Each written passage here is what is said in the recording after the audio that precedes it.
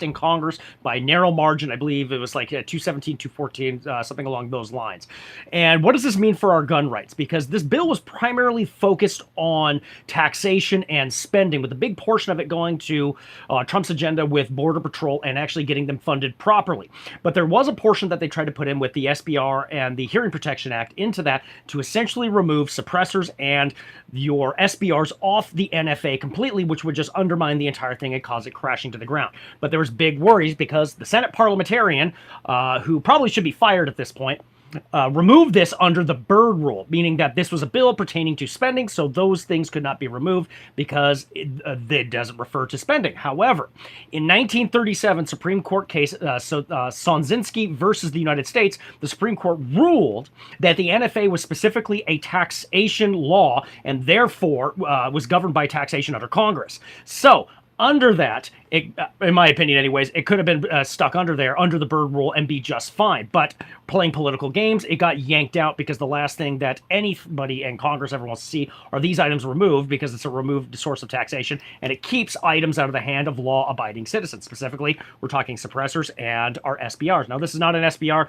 This is a pistol brace on the back end of it, but under those rules, if I had to remove this pistol brace, put on a proper stock, which changes no functionality of the rifle, I would go to jail. Okay, so what did the big, beautiful bill actually do? It removed the taxes from the actual bill. Excuse me, not from the bill. It removed the taxes and the fees, the $200 tax stamp that you have to get for a suppressor or an SBR, and removed that from the NFA.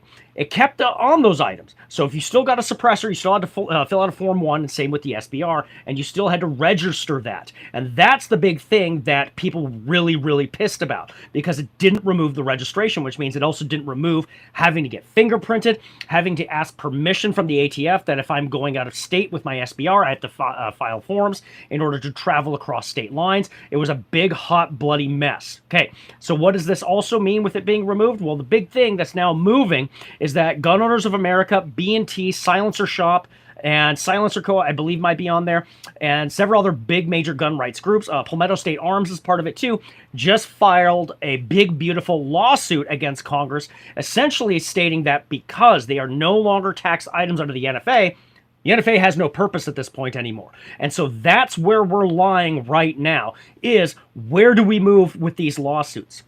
In a just insane world, this should probably get pushed and get docketed with the Supreme Court to make that ruling. And hey, hi guys, appreciate you guys jumping in there, Joshua and Supa. Super Chalupa, love that name. That's funny, man. But where do we essentially move from here? Well, we move with the lawsuits. My concern and worry is that the Supreme Court will basically, essentially, with how split it is already, with people like Kavanaugh flipping sides occasionally, same with Gorsuch, and now you have Amy Coney Barrett basically not even being a conservative at this point anymore. We really, the issue is we start moving towards them never actually seeing the court case in general, that it won't actually get pushed up and get a docket. So that's essentially the point that we're at. With a big, beautiful bill, we've removed from the NFA the taxation on suppressors, and we removed the taxation from SBRs, but they are still a registered item, and with that, we still have to register them, therefore fingerprinted, full information, passport, a photo with all that information as well goes to the ATF, and they hold into that information so they know who has purchased the tax stamps. And because that is a tax and not essentially a quote-unquote registration, that it was legal. But now with that being removed, that's where the lawsuit that just popped up with B&T, Gun Owners of America, and Palmetto State Arms, and a couple other gun rights groups are now pushing forward. So anyways, I just wanted to share that with everybody. If you're curious about what this actually means with the NFA, with the big, beautiful bill, and what it means. So with that, God bless and good night. Stay safe, and remember, stay prepared, not scared, everybody. Take it easy.